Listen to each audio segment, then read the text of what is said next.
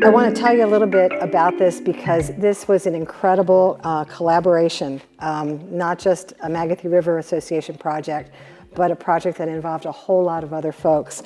And it's a wonderful example of how we can accomplish more together than we could ever manage separately.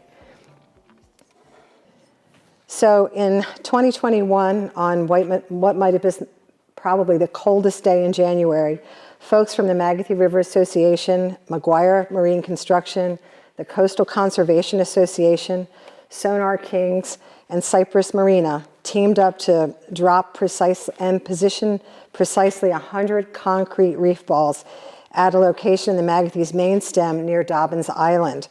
These reef balls provide surfaces for oyster spat to attach and grow while creating valuable underwater habitat and protection for small fish, crabs, and other marine life.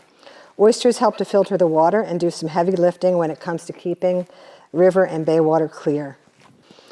The Coastal Conservation Association continued making their molds for reef balls available to schools, community organizations, and scout troops who continue to produce them, while the Magothy River Association waited for permit approval to add the concrete balls to the existing reef.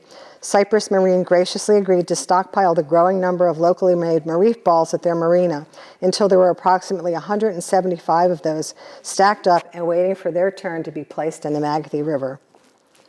Some of these reef balls were made right down the road by students at Broadneck High School. The MRA is actively engaged with Broadneck's environmental literacy program, and we look for opportunities to engage students in the real-world activities that expand their knowledge, benefit the environment, and may even give them an idea of career they would like to pursue in the future. Carroll County STEM students build reef balls too, and although they don't have the same direct access to the Chesapeake Bay, building and following the reef ball progress, culminating with live stream of the reef ball drop on St. Patrick's Day this year, they too can see that the actions all of us take, even from a distance, can have an impact on the health of our rivers in the bay.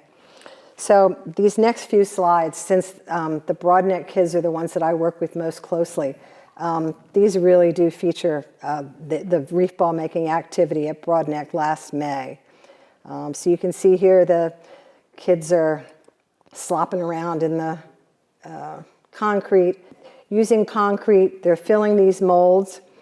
They'd have to take hammers and they have to actually beat on the molds to make sure that the concrete goes down and forms a solid wall.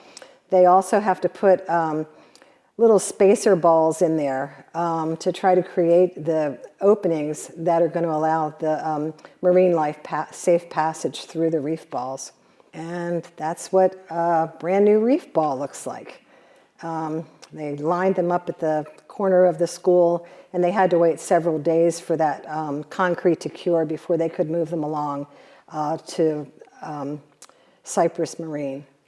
And here the kids are cleaning up. You can see the feet of the kids that were not so involved cleaning up. They were kind of done. And then they transported the balls one at a time over to that area along the fence. And this was no small feat. It's hard to imagine how heavy they are, but they are solid, and they weigh in the neighborhood of 225 pounds each. So the next phase of this project really took place on St. Patrick's Day of this year.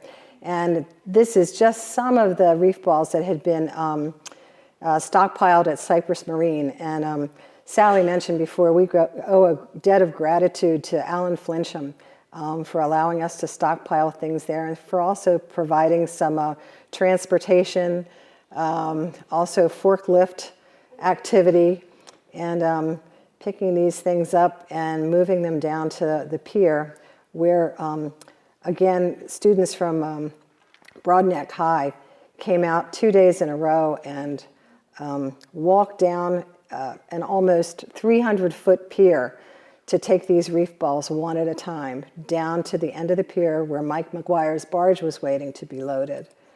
Yeah, amazingly, no young men turned up for this activity. It was all women, and those girls really did it was an amazing feat. Some of those girls were pretty small, and they were lugging those things out the pier like nobody's business.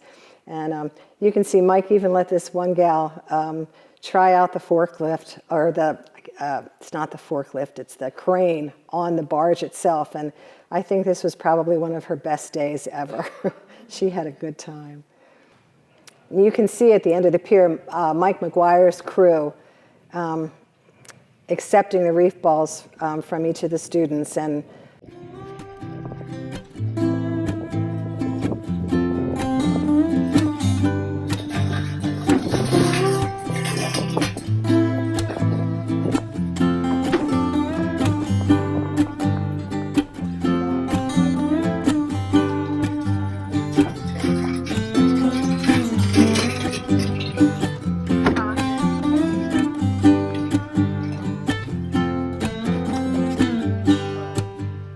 okay, so after 2 days and multiple sore muscles, we had that barge fully loaded with, again, approximately 175 reef balls. Here's the crew from that day. And then it was on to the reef ball drop site near Dobbins Island. So there are Brad and Paul on the Knotwood, transporting a lot of the folks that were involved in this out to the site itself. I do want to say that although I'm focusing on the kids from Broadneck because that's the part I was involved in, there were also several Eagle Scouts that were involved in this project. One of them, named Connor, actually accompanied us out to the reef ball site that day, got on the barge and helped to lower those reef balls his reef balls into the river. After the untimely death of Noah Anderson, who was a 9th grade student at Broadneck High School, his family and the Cape St. Clair community came together to honor Noah and his love of the Magothy with a reef ball building event of their own. Noah was particularly smitten with the area around Dobbins Island, where he boated, fished, and swam. So it's fitting that this latest addition to the existing reef will be known as Noah's Reef. And finally, the active permit allows us to add even more reef balls to the Magothy. We need to expand our army of oyster growers to keep up so that we can continue to seed the reef with the valuable oysters and spat, and carry on with the efforts to restore the health of the Magothy for Noah and for all of those of us who love the river. If you're interested in being part of Maryland Grow Oysters Project this year, there's still a sign-up sheet out in the lobby. Just please sign up your name, and we'll get back to you with more information about how to make that happen. This is a list of all the folks that were involved, but I do want to give a special call out to Mike McGuire of McGuire Marine Construction, who donated not only his equipment, but his crew to go do this. And also, again, Alan Flincham at Cypress Marine. We really couldn't have managed this project without the generous donation of both of those fellows. Okay, thank you.